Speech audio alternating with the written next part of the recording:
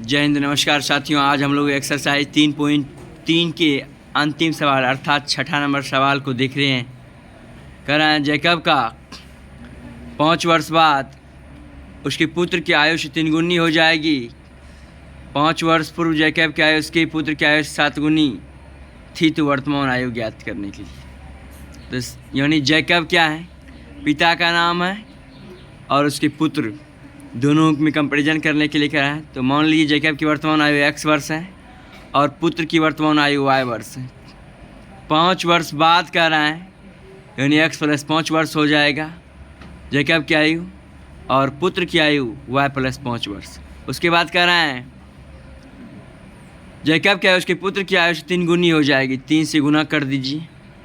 उसके बाद सॉल्यूशन के लिए x + 5 बराबर 3y और प्लस क्या 5 × 15, और फिर पक्षांतर कर लिए, x का मान निकल गया 3y + 10, समीकरण 1।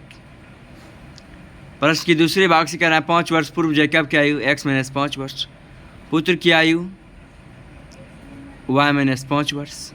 अब कह रहा है जैकब की आयु उसके पुत्र की आयु 7 गुनी थी, तो 7 से गुना कर दिए। उसके बाद पक्षांतर कर लिए, इसका मान निकल गया आपका x - 7y = -30, समीकरण 2।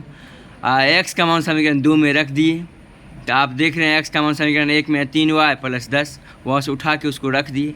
सॉल्यूशन करके लाए तो -4y = -40 निकला, y बराबर 10 वर्ष, कटा करके 10 × 40 समीकरण 1 में रख दिए।